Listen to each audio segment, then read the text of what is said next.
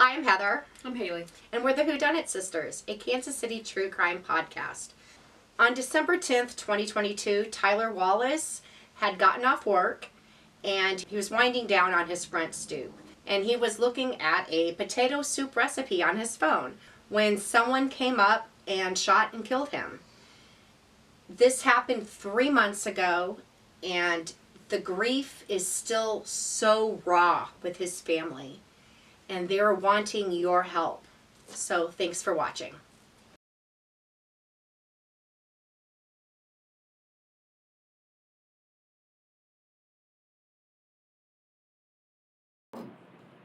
Him and I were so close.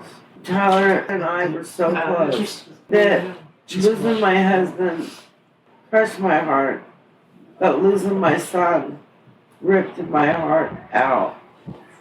And I will fight until the very end, until I can find Tyler's killer. Because he was just having a cigarette, looking at a potato soup recipe. That's all he was doing, looking with his earbuds in, and someone decided they wanted to shoot him. That's all the kid was doing. We don't know if he knew the person. We don't know if he didn't know the person. We don't know anything. I mean, what I feel about Tyler's death is a level of anger I've never felt before. It's being angry but not knowing to direct it towards. Because at first when he died, I cried. I went through all that, and there's times where I cry. But I'm just upset. I'm beyond mad. It's like the person that did this, how dare they walk down the street at 4 in the morning, and they just shoot an innocent guy standing on his porch, and the whole thing about wrong place, wrong time. In this situation, I don't believe it. He just got off work. How was he in the wrong? He was in his front home. People should be as safe where they live. He should have been safe smoking a cigarette. And the fact that this coward, or better yet, lowlife, shot him, why? It's just... But afterwards, I've got so many people approach me. But it was the same thing. He was such a nice guy. That's why I can't fathom why somebody walked down the road and do that.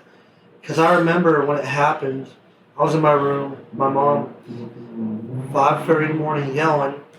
It was 4:30. It was earlier than that, but it was early, that's all I know. And I walked in there. I'm like, what's going on? She's like, he got shot. And I was like, who? I was totally confused.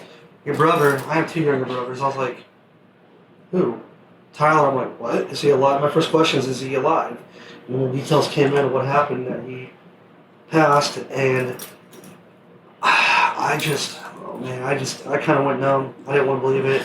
I had to make it across town and tell her, my other younger brother, which would be her older brother, Matt, hey, try to catch me before he went to work. This is what happened. You might want to take the day easy. And then I ended up going out there, and I'm happy I'm not the one that had to discover him like that. I mean, I couldn't have been in Jessica's shoes and had to see him like that. She saw him right after it happened, fighting for his life, sitting there, laying on the ground. She was sleeping in bed when she heard the shots, and the dogs went off. The dogs went off. Her dog went off. And Jessica's like, what happened? Because he then saw, where she went in the living room, looked out the window, and she saw somebody walking up the road with a black hoodie on. She didn't know what was going on. She opened the door, and that's when she discovered what happened to Tyler. He was walking. The guy just walked away calmly. He walked away. He walked away after doing that. And what really gets me is that neighborhood. People had remote cameras. Somebody would have caught it. But supposedly in that area, some of those cameras went down at that time. But it came back up after it happened. yeah, so that's kind of weird if you ask me. And we brought that with the detective and stuff like that. And I don't know what they're going through in their processes. But we're like, hey, you ever thought about this? So it's really hard sometimes to get a hold of a detective. Yeah. Sorry. I'm getting a little upset. I'm sorry. I just don't know what to do. This is why. It's really hard to think about, where he would be at right now. He was supposed to be engaged right now. His fiance found his rings in the pocket. So Tyler was not robbed? No. Okay. We don't know what the motive was. Right. If it was gang related or just somebody just wanting to shoot somebody. Yeah, nothing was taken. Nothing was taken. At first, they tried pinning it as an attempted home invasion, which I don't really know about that because when they went in, that's just my opinion about it. But the thing is, No idea. His wallet was inside. His wallet was inside. The only And he thing was out front of the home, of his home. he was on his porch Smoking. He had his earbuds in. So this person caught him off guard. They didn't even give him a chance to fight or anything. They caught him off guard. He had his earbuds in. He was on his phone with a potato soup recipe, smoking a cigarette. And, About 4 o'clock in the morning, he got home at 12:30. What we heard from neighbors that, from family that had neighbors, friends, or that had family that live over there, is there was like 15 shots and then the police showed up. That fast. How many times was he shot? They said he was shot 3 times, but I hear there was 15 bullets. Well, this is what I saw him and Lacey. I'm sorry, Mom. I'm one of those people I have to see. Like, I went to the funeral home. Lacey was there. My mom was there. They didn't want to see him. I told them to get it. It was heartbreaking to see him on that gurney like that, just sitting there. It was like the more you looked, the more you realized how messed up it was. His lip was purple. Turned out he was shot right here, and he had 2 wounds right here on the left side of his head. So I'm thinking the person might have came from the left side. That's what I have to guess to get him right there. So if I had to guess, that person came from the left side of the street, so they'd come at him. But what I don't get is people in that area. You didn't hear him. People, like, he had his earbuds Right. in. Yeah. If Tyler would have heard him, he probably would have, Tyler was a tough guy. He didn't like to fight. He was peaceful, but he didn't stand his ground if he had to. He didn't go looking for a fight, but he stood up for himself and the ones he loved, because that's how Tyler was. And what I don't get is, I saw him, and they wouldn't let us, up there at the funeral, take that down, so they heard 15 shots. So I don't know, and I can't really confirm. I know for sure 3 in the head. I don't know if they got him down there. I really didn't want to look. Seeing his face like that, it just really broke my heart. I started thinking about my mom and dad bringing him home from the hospital, seeing him walk and talk, and seeing him grow up, and then seeing him lay there dead like that. It's just, this is probably the worst thing I've ever been through. This whole grievance somebody's weird. There's days you're mad or you're sad. It depends on what happened to the person dictates how you're feeling. But Tyler being murdered, I'm more mad about it than I don't He is very angry. I am really angry over what happened to Tyler. I'm very extremely angry because he should be here right now. We shouldn't be. None of this should have had to happen so we could try to find the guy that killed him or the person, whoever they are. And I don't care about this person's life story and why they did it. The fact is, everybody's had hard points in their life, and the way they deal with it makes them who they are. And and the fact that this person might have had a hard life, they want to take out this person. I don't care to hear that. I want this person to get caught. I'm going through crap, and I'm not out there. Exactly. You get where I'm coming from. Tearing people down because of it. Yeah, because we're all fighting battles inside. Some may be a little worse. Some may be mild, but you don't know what anybody's going through in their head personally until you talk to them. And the person that shot Tyler, I don't care their life story. I don't care if they had a hard childhood. I know people that had hard childhoods. And you know what they did? They turned it around and they have good lives now. I know people like that, so I don't want to hear their sob story. What I want to see is them in cuffs, go into prison, get what they have coming for them. I hope I hope it haunts them every day what they did. I really do. I hope it drives them crazy. There's just can't fathom the words on how I feel about this. It really irks me. And I'm putting it lightly because I don't want to get too upset. This person is out there walking the street. And and it sucks if they don't get caught because they get to live their life. That's not fair. That is not fair. You want to be a coward. You want to murder somebody for whatever reason. And I don't care. I hope they get caught, and I hope they get the book thrown at them. I really do. And they're watching this. I hope they pay dearly for what they did. I don't care if I have to pound on 100 doors.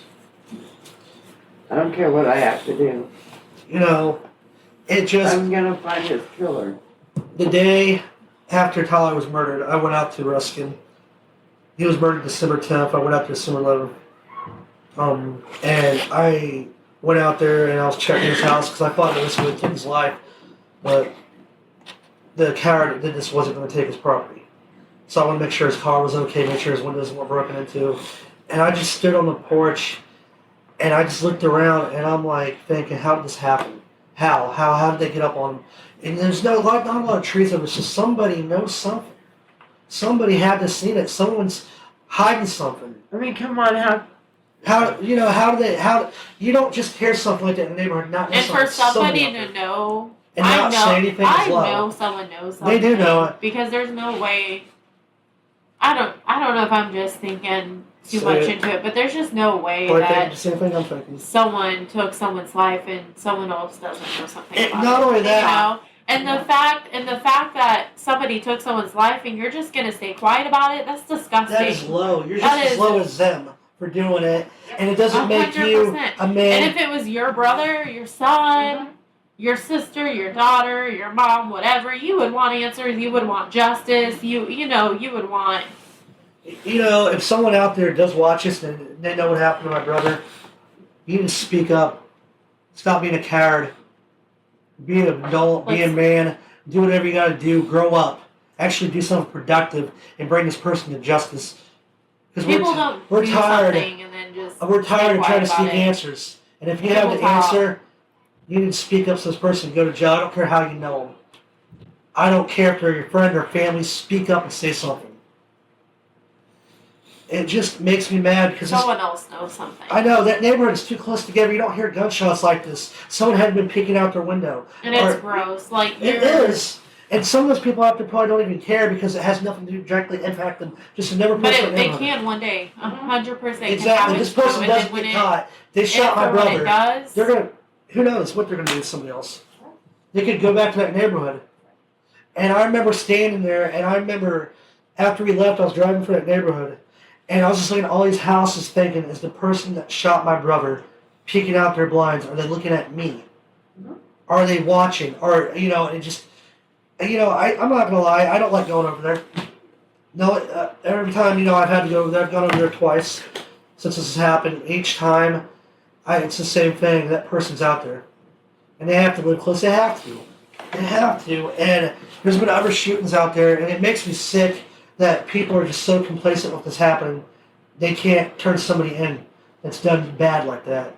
You're so complacent with this neighborhood and what goes on. You don't want to change it. Don't you want it to change? Don't you want it to get better? Don't you want to stand up to have those rights? Aren't you tired of the violence? I mean, you need to stand up and do something. Change does not just happen. It starts with a whole bunch of people or even someone speaking up, pushing through, and wanting this to happen. Me, I'm getting tired of that. I don't live out there. I don't live in Kansas City. But the thing is, it impacted me what happened to Tyler. And change needs to happen out there. and it sucks because Tyler chose to live in Kansas City too. But, yeah. He made a choice to also live out there. And But the realtor Be a also part told of me it was an Kansas up City. and coming place, that it wasn't dangerous anymore. The realtor told them that?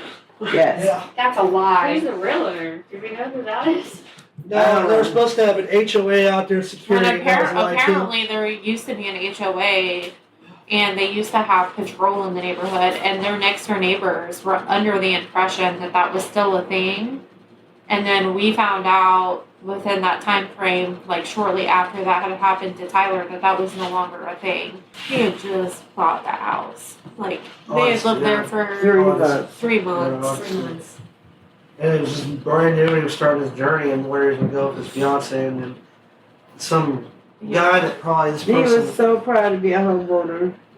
Yeah, He was doing his thing. He was doing good. he really was. I'm proud of him.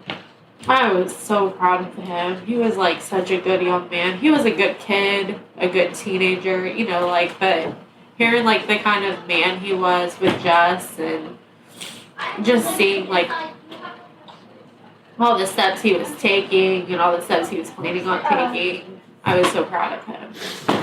I'm wanting to hang up flyers for my brother. I'm trying to do what I can because you never I want know. to get t-shirts.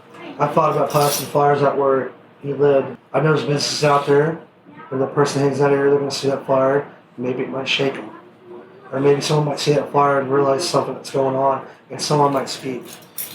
Right. Somebody, if anybody watches this and they know what happened to my brother, they know something, they need to do the right thing. A coward is somebody that knows what's going on and they stay silent about it. It takes a real person with a real heart and a real adult to speak And up. there's a $25,000 reward. Yeah, but There's mean, a tips hotline. Tips Yeah. hotline 1-800-474-TIPS. yeah, but I know somebody out there in It's that neighborhood. anonymous. But Tyler lived out, I'm not going to say the exact address, but he lived in the 107 block over Off there. of Newton Avenue. Off Newton Avenue. It's on the news. Okay, but yeah, it was on the news. But I know somebody in that neighborhood knows somebody. They happen to come across this. They need to speak up and stop being cowards.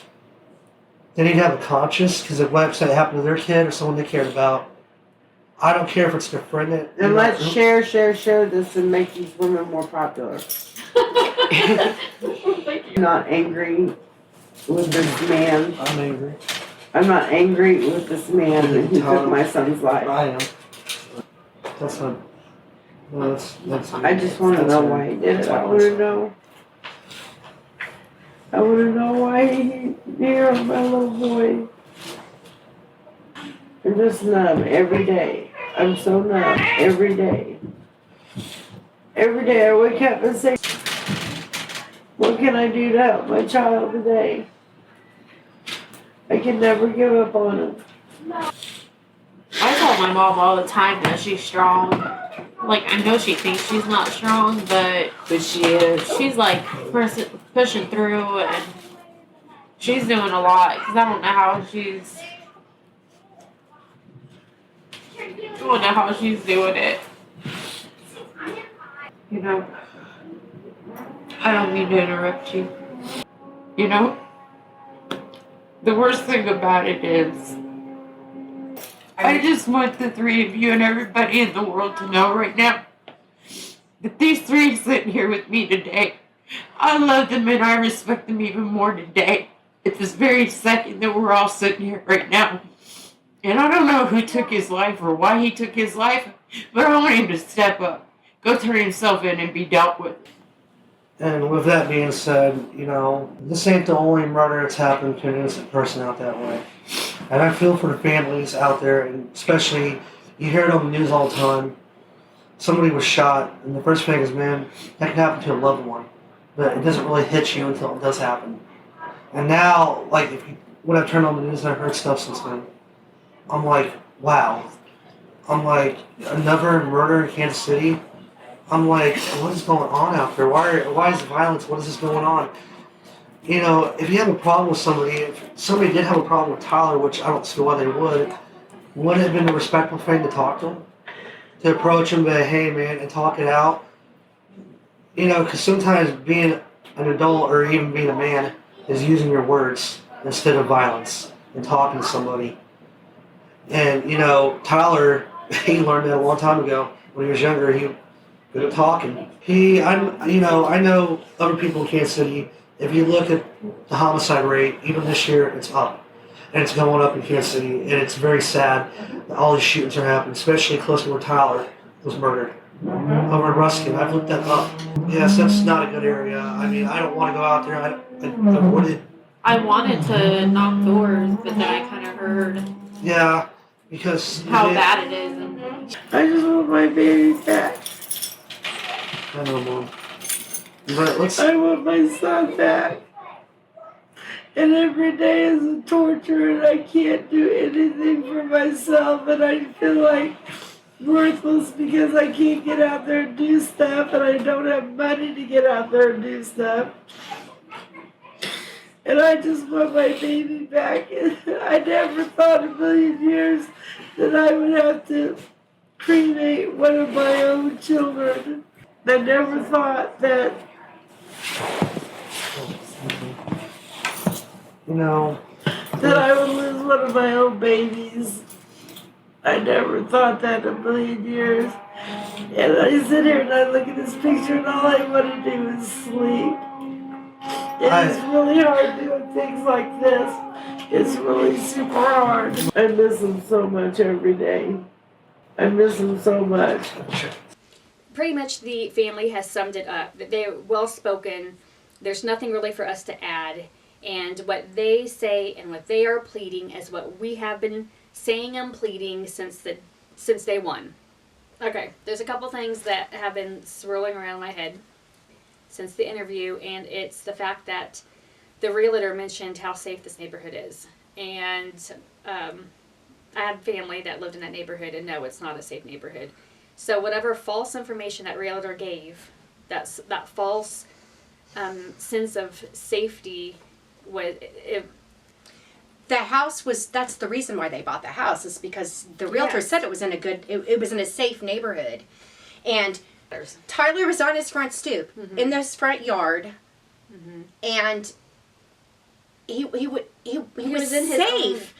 You think he was in his own world, on his own porch, and I always would say that how dangerous could a neighborhood be, as long as you just mind your business. You know, don't go poking around. You know, and that just takes away my whole thought process on that, because he was minding his own business. He was on his own porch at his own house, looking at a recipe. And he was minding his own business, and he got shot for no damn reason. For no reason. There was no one had any beef with him. This is one of those, well, something must have been going on. No, there was nothing going on. I don't know if it was some type of initiation.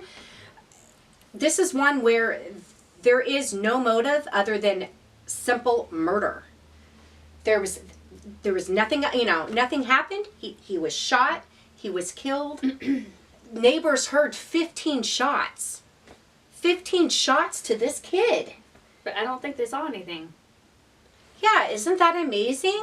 And These houses are close together like a normal neighborhood. they had rings that apparently for two of the houses, both were turned off at that evening. No one saw anything except for the fiance, who, when she heard the shots and she got up out of bed, she saw somebody walking by. This person With a hoodie shot him and walked on by because, he had no care. He had no care in the world. Nothing was taken, except a a rock. life. A life. Was taken, which is the most precious out of anything. But nothing was taken out of his pockets. His His phone. wallet was inside the house, apparently. Mhm. They didn't try to enter the home. Nope. There's no reason that anyone can think of as to why this happened. No. So we are just hoping that this person who did it, they bragged, they talked. And I don't know, I'm sure his little circle's tight, but you hear things, it's getting to you. It's getting to you because you know better. You don't have to be like them. Speak and I up. believe in karma, honestly. And you need to speak up. You need to stop being the coward that Jonathan said that you are. That if you're not speaking up, you might as well pull the trigger. I believe that. Right. Because if it was your family member, you would want someone to speak up. Right. And it kind of makes me sick that when a neighborhood shuts down, I don't know if they're immune to it, they're numb to it, because I know there's gunshots probably every night in that area. I know Right. I've been there. Mm-hmm. Don't get numb to it. Don't. We need to speak up. We're taking back our city. It's time to say, you know what? We don't want that in our neighborhood. We don't want those people just walking down, seeing somebody minding their own business, and I'm going to shoot and kill them. No. Turn them in. Do the right thing. We need to get them scared instead of vice versa. Right. We don't need to be scared. I don't want to be the scared one. So please, you can remain anonymous. Call the tips hotline. You get a $25,000 reward. So thank you very much. Thank you for watching. Please share. Please help get this out because we know that people know about this. We know that the person has talked because they like to brag about things like this. Mm-hmm. It's only been 3 months, so I know you saw something Right. down that street. You didn't Right. just poof appear, poof disappear. Someone saw something. Right. So the 107th block of Newton in the Ruskin area. Thanks. Thanks. And then everything I heard from Jess after what had happened, he's very proud of him. He sounds like a wonderful, He- wonderful man. He was. And I hate talking about him in past tense so much. It breaks my heart. And I think that's why it's so hard to talk about him because, a lot was, ripped away from all of us. from him and from all of us. He was special to all of us in our own special ways. You know, I got used to seeing him every weekend there for a while until that happened. You know, I'd talk to my mom. I'd be like, hey, Tyler's coming this weekend, yeah? I'm like, alright. He was gonna make me his best man, like in his wedding. Who's gonna make you what? His best man. JT, ask her. Huh? Ask her, it'd be a good time to ask her. I'm not even getting married yet. If you do, though. Well, I always want you to be the best man at my wedding. I'll be your best man. You gotta go. Hey, Mom. I'm not even married. I'm not even engaged. It's okay. I just want to be clear about It's that. okay, but How do you guys view me? I was doing what Tyler wanted it, and now you want me to be your best man. Well, oh gosh. You gotta throw that out there, Mom. I'm totally random. but it was the I know I have perfect brothers, time. but like, What do you think my I best feel man? like I was like forming. Oh gosh. He almost died when he was a baby. Tyler did. You had meningitis, right? Tyler had reflux when he was a baby. And he was very sick. And they put him in the hospital and they treated him for reflux. It was one of the first cases Children of Mercy ever seen. He was born in 95. And that was one of the first cases. Well, they stuck him in a room with another child that apparently had meningitis. So Tyler was 6 weeks old and got meningitis. And he almost died. And he survived that. And all I can do is say, thank you, Lord, for answering my prayer way back then. Because you gave me 27 more years with him. And maybe I should be grateful for that. That I got 27 years more with him. Because he had meningitis when he was a baby. And I knew then that he was so close to death.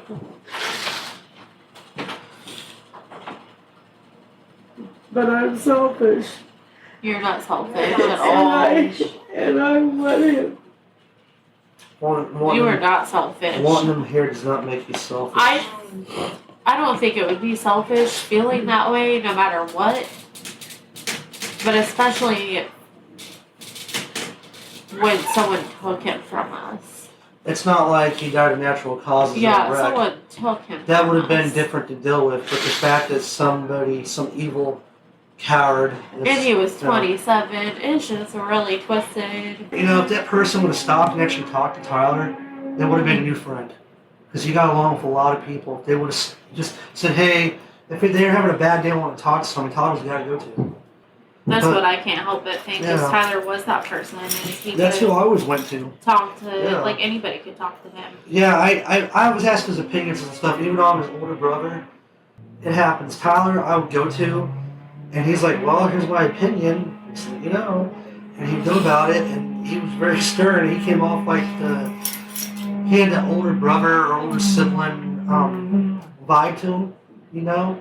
Talking to him, because the way he carried himself. And the He way was like gave advice. compassionate and gracious about the way he approached things, but he was like Very smart about it. stern. Me and my little brother, when we were little, he was like one of my little best friends growing up, and we used to make up dances and to like songs and stuff.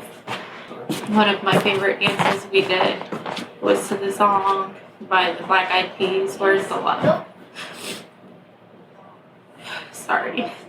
And that explains Tyler to a T, because he was like that kind of person. You don't know the importance of a memory until someone's gone. You don't know how much that moment in time that you spent with that person is that important until they're gone, and then you realize it and you learn to cherish it more. There are moments where I still have a hard time grasping that this happened. I've looked at I've had messages on him from years back that we exchanged when he needed something. I guess one time his fiance's car was down. She was at work and we needed a ride out of work in the vehicle. And he's like, hey, he called me Bubba. He's like, hey, Bubba, can you come out and give me a ride? I was like, sure. He was living out in Independence, so I didn't mind. I liked to drive, and it was helping him out, so I really didn't care. And I still have his messages on Messenger, and I look back at him, I'm like, I can't delete those. He typed those out. Those were meant for me. I have messages of him sending me pictures of houses they were looking at, and they chose the one in Ruskin. And then it's weird now because my mom has videos of him talking on her phone. And Tyler, I hear his voice, and it hits differently. It's when you look at something on your phone, when it's alive, you're like, oh, they're alive. It's memory. But when they're gone, you hold on to it differently. Tyler was one of the few people I felt comfortable talking to about anything. Yeah, he'd get on to you, but he didn't yell at you. He was respectful about it. He carried himself a lot older than 27. Yeah, he was pretty wise for his age. A very wise man. And that's why I just enjoy talking to him, because he was so intelligent. He'd go on about science and space and math and just history. And if you sat down to talk to him, if you guys got to meet him, you'd be blown away. Like, wow. I remember, like I was saying earlier, about she had a dancing pig she had for her birthday. He'd play and make the dancing noise and sway its little butt back and forth. And Tyler looked at it, and wasn't he wearing overalls, Mom? Yeah, I remember that. He had a little hair on his head. He was about 1 or 2 or something. He was a little guy. And he started swinging his little butt dancing like the pig, like down to a T. And I just looked at him and busted up laughing. Oh my gosh. I was like, this is freaking funny. And another thing too, I remember like when me and him lived close to each other, we used to live in the trailer park about there in Dalton. And I lived over on the other end of it, and he didn't have a car. And me, being who I was, when he came over, he's like, hey, you might give me a ride to quick trip. Because sometimes he'd get hungry, wanted to talk about it, didn't really have a ride. I didn't mind doing it. He would try to give me gas money. I was like, dude, it's right up the road. Tell the story about the dog. I'm getting there, Mom. I'm just telling some good memories that popped in my head. It's just the type of heart he had. I didn't expect gas money out of him, but he'd try to force it on me. That or he'd buy me something to drink. Oh, here you go. And we're good. I'm like, Tyler, we were going to be able to be my brother. I don't mind giving you a ride because he's done the same thing for me. So I knew that there'd be a time I'd need a ride, and he's done it. So it's just what you do. And I remember, when he was 16 with the Petland, I was originally going to get my mom a dog. And I remember on the way out of Petland, Tyler had his hand up to this glass, and there was an American Bulldog. It was like an oldie Bulldog. Looked at Tyler, held his paw, and Tyler just connected with his dog, and I just turned around and looked at him. And I was like, all right, we're not getting any dogs. And Tyler, he really wanted his dog, but he was 16. Yeah, tears in his eyes. Yeah, weird. He was in the back of the van, and he was doing this, hiding it, because he didn't want anyone to see that he wanted his dog. I've never seen Tyler cry like that. And I looked back, my mom's like, hey, don't say anything, but he's crying. I'm like, I won't. So we dropped Tyler off. He goes into the house. He's going to go hang out with his friends. I looked at my mom. I'm like, you think I should give him the dog? I want to do it. So we went back, and an hour later we came back with his name's Beethoven. He was at the lake. Tyler was at the lake. I thought he was at the house and was surprised he was at the lake. He was at the lake, and we told him he had the dog, and he tried to shrug it off like it was no big deal. And then he came running to the house as fast as he could and said, my dog, my Oh, yeah, I was dog. spring dog. He was at the lake up the road. I forgot about that. But, yeah, he got so excited. He was like, you got him for me? I was like, yeah, Tyler, of course. And it doesn't matter how much the dog costs because I still don't care about that. The fact I can at least make him happy like that is what meant a lot to me. Just the way his face lit up. It's one of my best memories I have. You ever heard of the movie Lords of Dogtown? Mm-hmm. The skate movie. Tyler was really big in skate at that time. And there's a bulldog that skated, and he wanted to teach his dog how to do that. And Beethoven was catching on, but as he got older, he was like, nah. I remember after my daughter was born, I remember Tyler came up to the hospital, and he took to being an uncle. He had, 2 more nieces before that. One that was a few weeks older than my daughter, and one that was about a couple years older. He just took to it. He loved being an uncle. And my daughter absolutely loved him.